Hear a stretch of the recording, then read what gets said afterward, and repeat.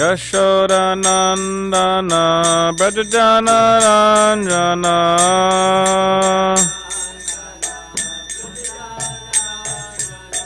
Yashodanandana Brajajana Ranjana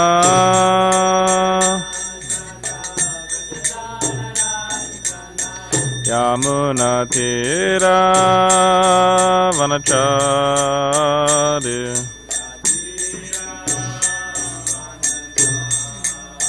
Yamuna Tira Vanachari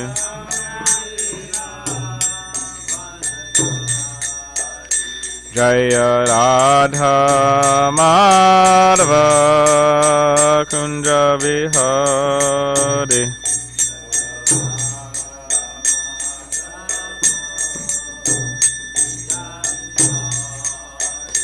Jaya Radha Madhava Kunja Vihari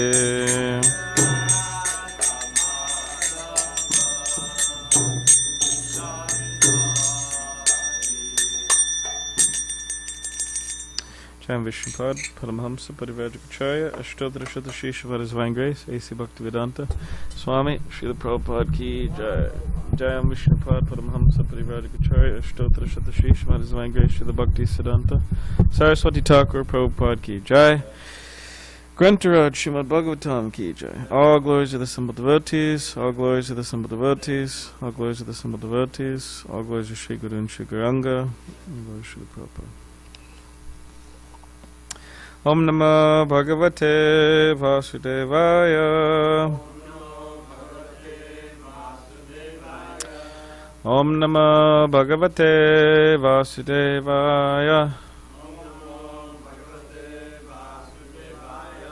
Om Namah Bhagavate Vasudevaya.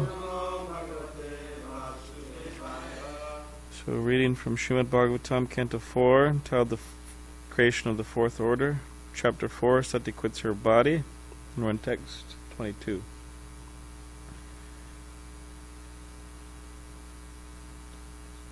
Naitena dehena harer kritagaso Dehod bhavanalam alam kujanmana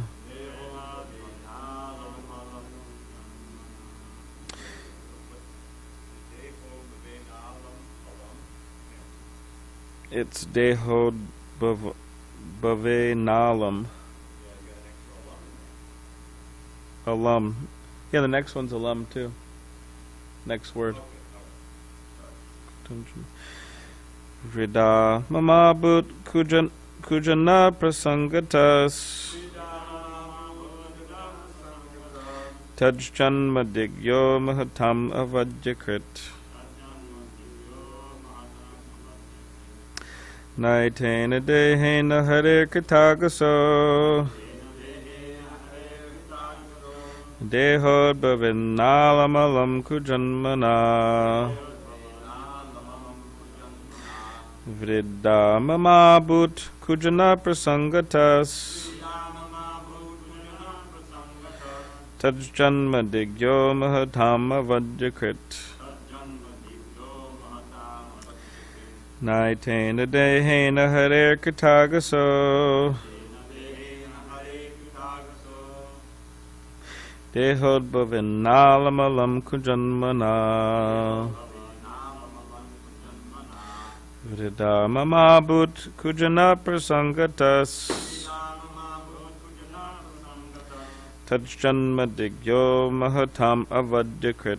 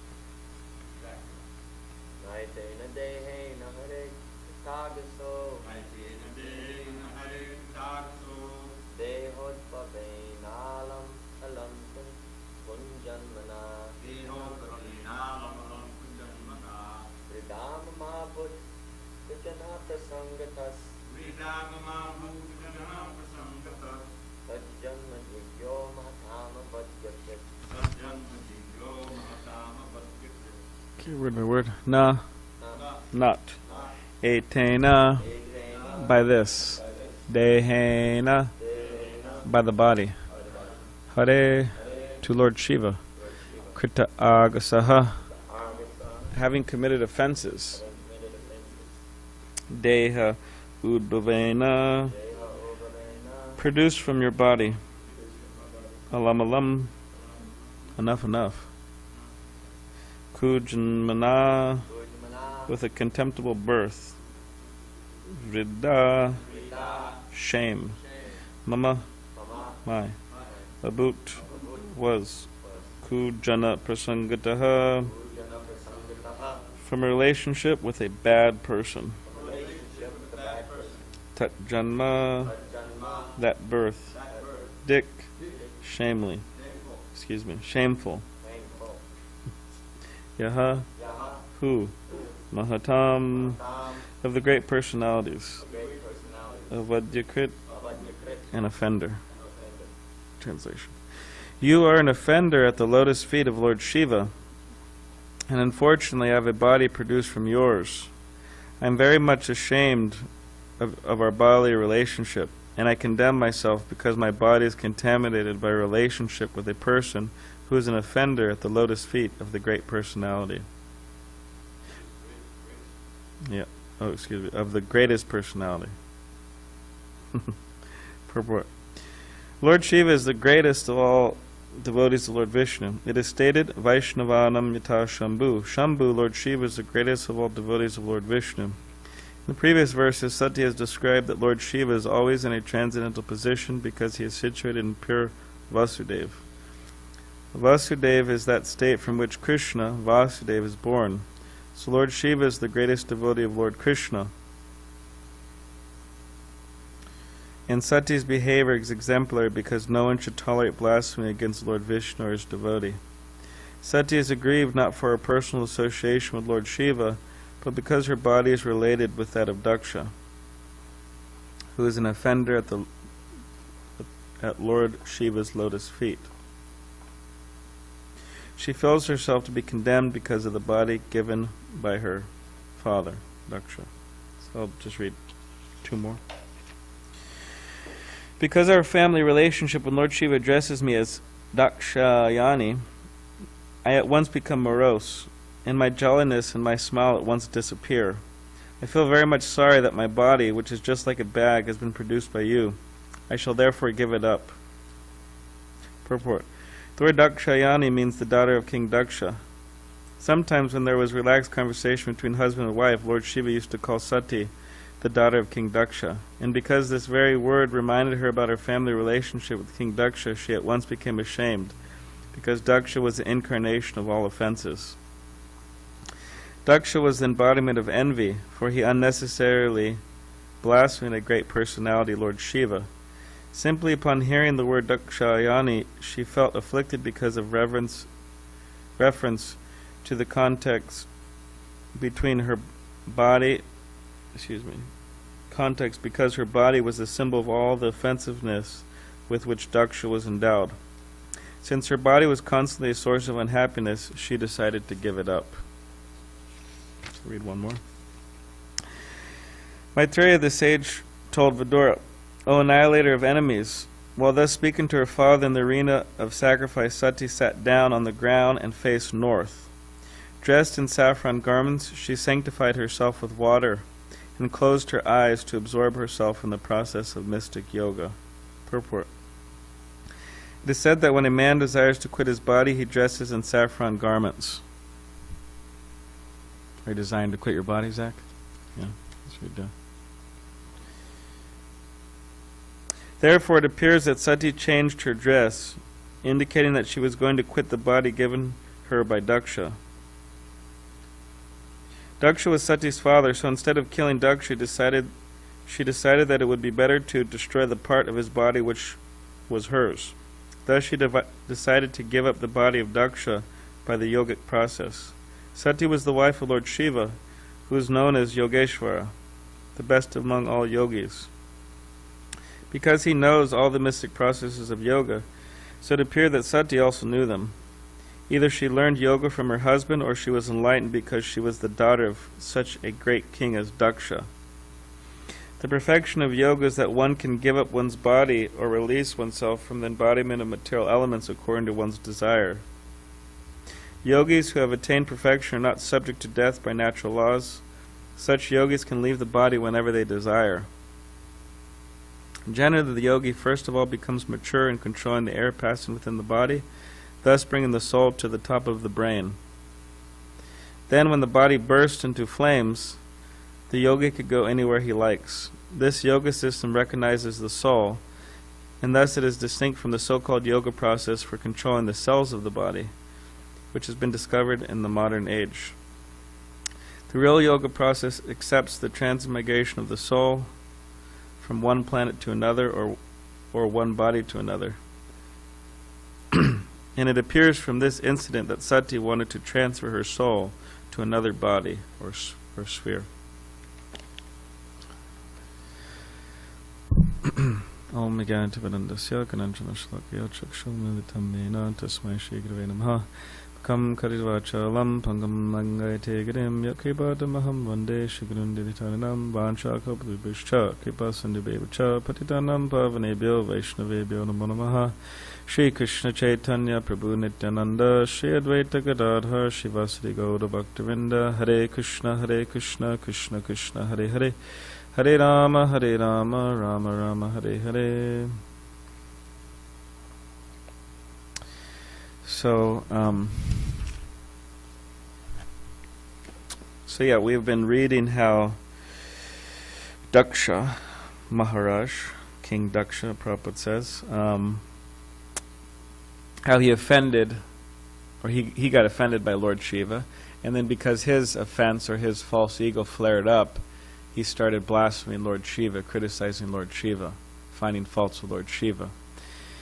And Shiva's wife, Sati, she became very upset, very angry, and now she's, she went to his house, or the place where he was, and now she's in the process of committing suicide, killing. She's about to kill her, body. So we see that, within this world, if we don't control, our false ego, it just makes a fool out of us, left and right, all the time. I was speaking with some relative the other day on the phone, and they were telling me how there was this boy. He was about 30. He's 30 years old, and yeah, he's just uncontrolled, kind of wild guy. And whatever, he had some relationship with some woman, and then somehow it wasn't working out, and he became very angry. So they were yelling at each other. And then what the guy did is he got a baseball bat. And, he didn't hurt anybody, but he got a baseball bat, and he started hitting a car, the glass and the sides of the car. And the guy was so foolish, he was hitting his own car, So anyways, it's stupid, he's hitting his own car. And he destroyed it practically.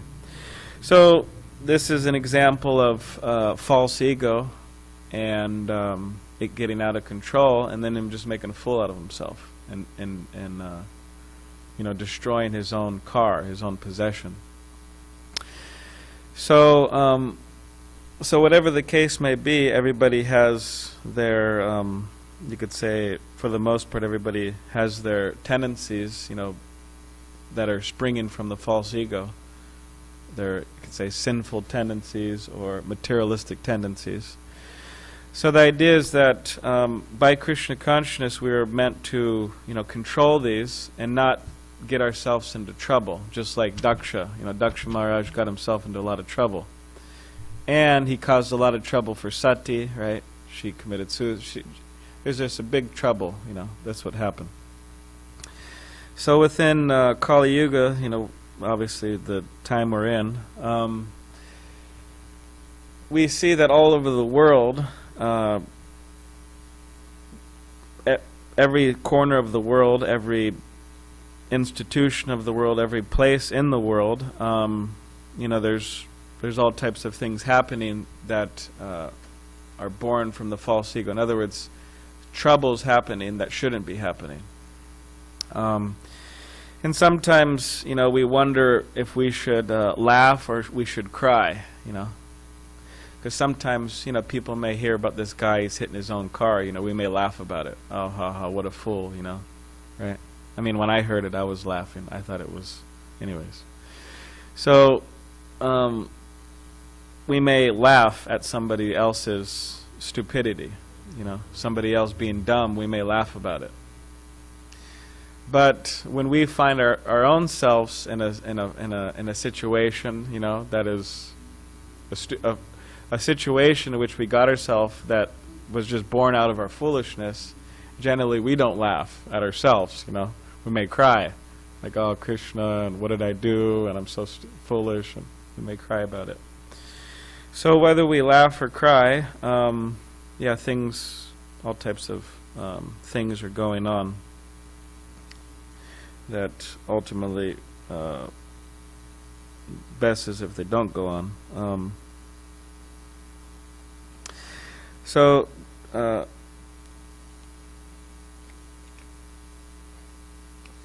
here Srila Prabhupada talks about the different the yoga process of giving up the body. So he says that Sati, she may have learned that from Shiva, or she may have learned that from having such a great father as Daksha, but somehow or other she knew that, how to self-emulate, give up her physical body by making it burst into flames. So that's quite an art. I don't think any of us could ever learn that, or would want to, hopefully. We shouldn't try to learn that. But somehow she knew that.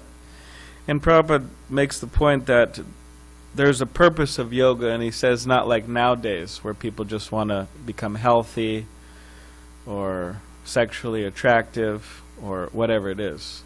But there's a purpose of yoga, and that is to transfer oneself to a higher destination. And the highest destination is, the spiritual world. So sometimes religionists or religious practitioners, spiritual practitioners, they may criticize the mundaners. Oh, these guys are so mundane, and they're just like I was just criticizing the modern yogis, right? So we may criticize,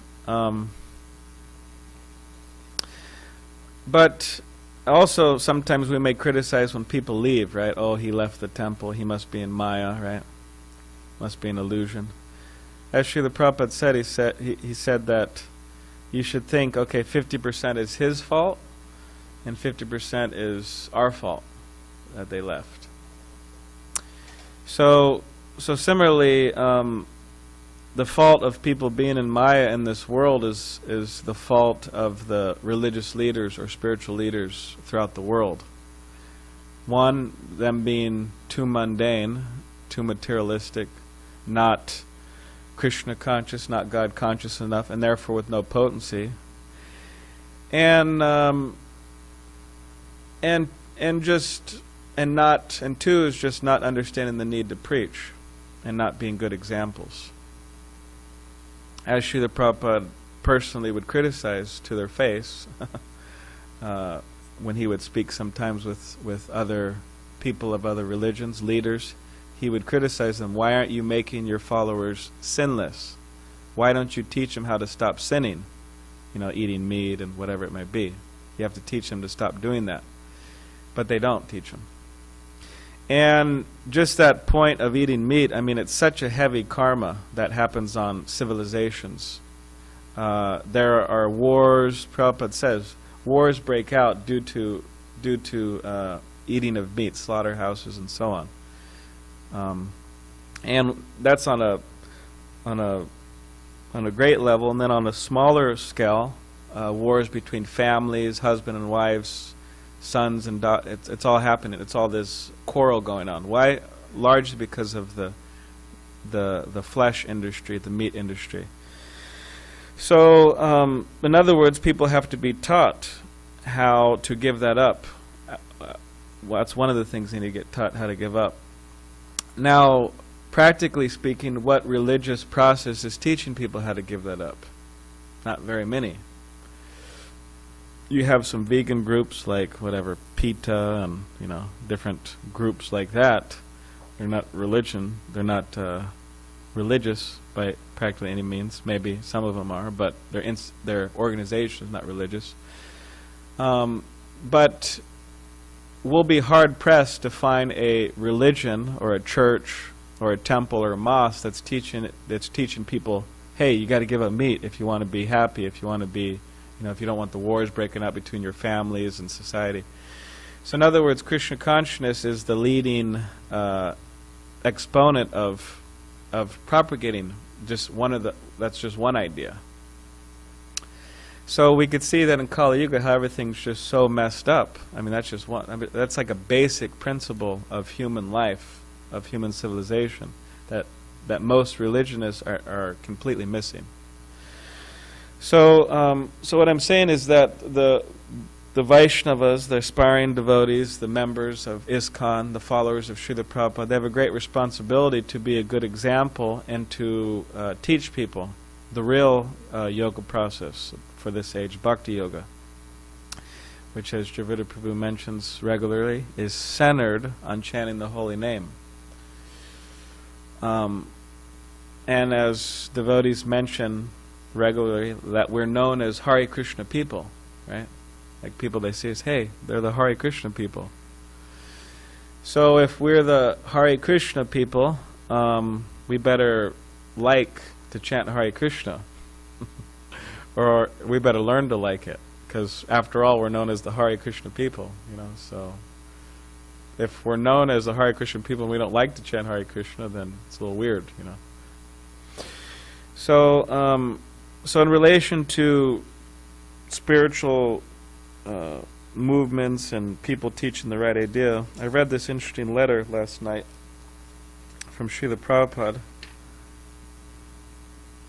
and this was written in the 1950s, 1957, to Sri Munshi Ji.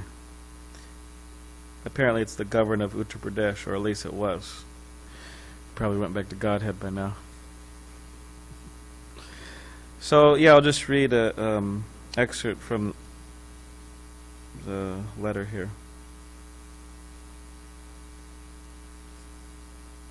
Very interesting, Srila Prabhupada writes.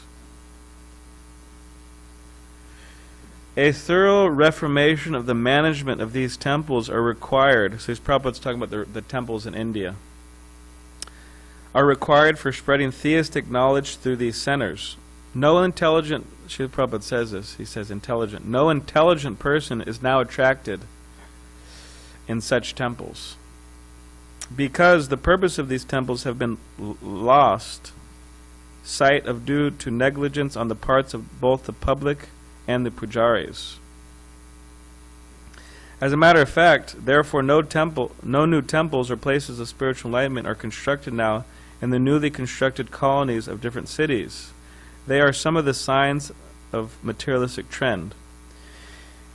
If I remember rightly, you have been criticizing the meeting of the 16th instant about the culture of Hollywood cinemas.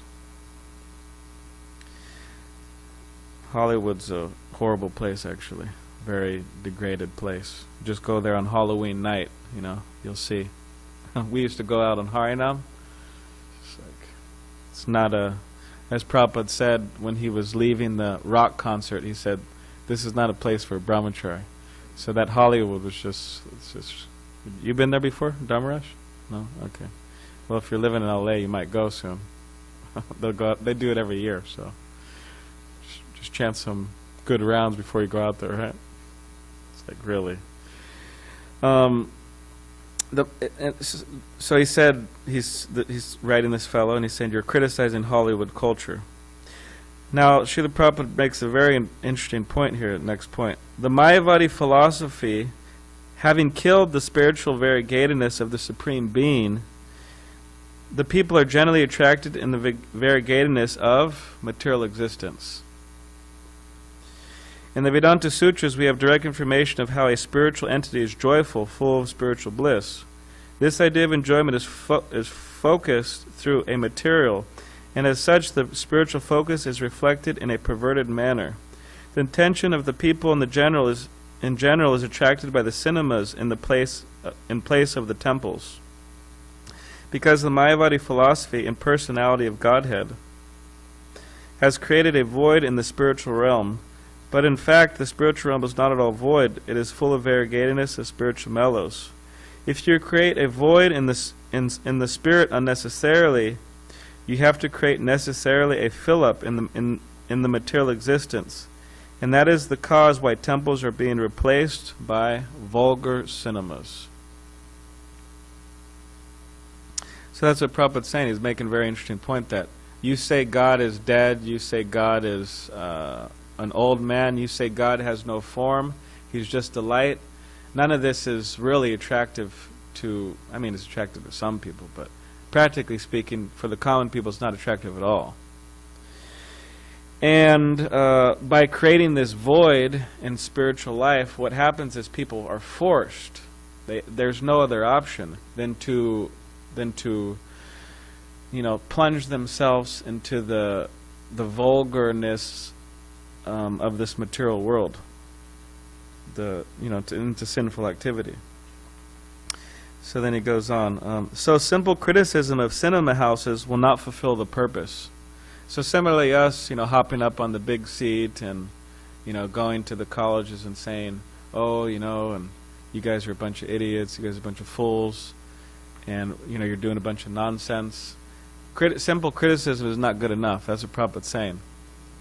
But what does he say? He says, we have to create tangible interest in the temples for spiritual advancement of knowledge. So he's referring it back to the preachers.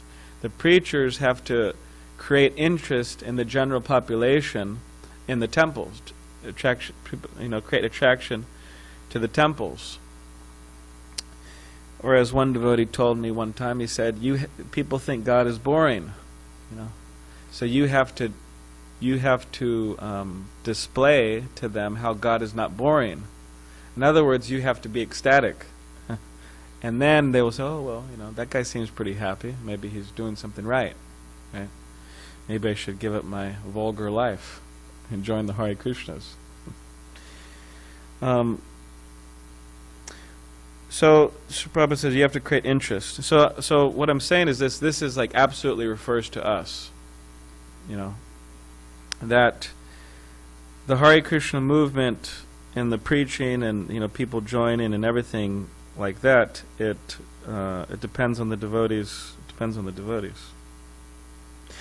With that purpose in view, it is necessary that the priests and pujaris must be enlightened men, both in theism and in Sanskrit language also. Who would like to read this letter would be Bashu Ghosh, because Bashu Ghosh, I guess he was in Mayapur and he was encouraging all the devotees to learn Sanskrit. And then he came here and he was encouraging us to learn Sanskrit. So anyways, Prabhupada says, learn Sanskrit. They shall be primary teachers of the Bhagavad Gita in different temples. Both these temples and in their management have to be reformed in the present context. We shall have to accommodate the process of temple entry by all classes of people, but they may be so admitted for proper qualification and not for the purpose of a mere show. Om Tat Sat, yours truly, A.C. Bhaktivedanta. So it's easy to criticize. I mean, it's like people may even say it's pleasurable to criticize. It's easy, it's pleasurable, it's almost like second nature. It's almost natural in this world to criticize. Oh, he's doing this, he's doing that. She's doing this, she's doing that. They're not doing this, they're not doing that. They're not qualified. Whatever. The long list goes on. So similarly, to criticize non-devotees, that's very easy. Why? Because there's so much to criticize them for, their foolish ways. But to create interest within the general population and to create interest in such a way that they will actually visit the temples and be attracted, and to be a shining example of Krishna consciousness is not so easy. Therefore, a lot of temples, they die out. Like this church down the road, they closed it. I don't know. Maybe they moved somewhere else, but churches close all the time. And they just turned it into some apartment, buildings, some Kali Yuga, apartment buildings. And churches close all the time. Like Srila Prabhupada, when he was in America, he was buying so many churches. Like in Berkeley, it was a church. The Watsaka Temple, it was a church. So many temples.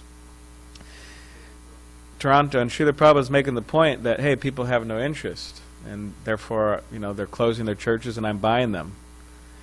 And instead, they're replacing them with vulgar cinemas. Now, Prabhupada was saying this in the 1950s. Vulgar cinemas in the 1950s in Hollywood, which, if you look at the movies of the 50s, well, you're in the 50s. What type of movies do they have in Hollywood? I mean,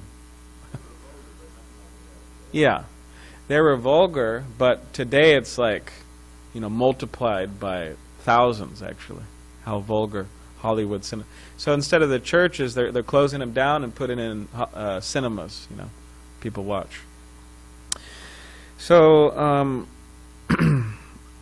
so therefore, we want to keep this temple alive, and we want to keep all temples alive, and therefore, preaching is necessary, and being a shining example. And as Prabhupada said, the priests, pujaris, they have to be enlightened men, and then there'll be some hope that the people get a real idea of yoga and not be cheated.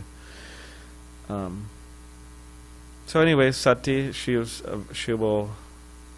the pastime is continuing, and eventually she will fully give up her body in the next few shlokas. So does anyone have any questions or comments? Yes. Just see. Thank you. Hare Krishna. So this point that Prabhupada made that you pointed out is very cogent, and it's cogent every day of our devotional life, and that is that the variegatedness of the material world is always out there. Yeah, even more so than ever. Yeah, and the availability of it, because of the internet and everything. So unless we are able to fill our minds with the variegatedness and the attractiveness of Krishna, the holy name, form, qualities, pastime, etc., then that attraction of the material energy will inevitably work on us. It's a daily affair.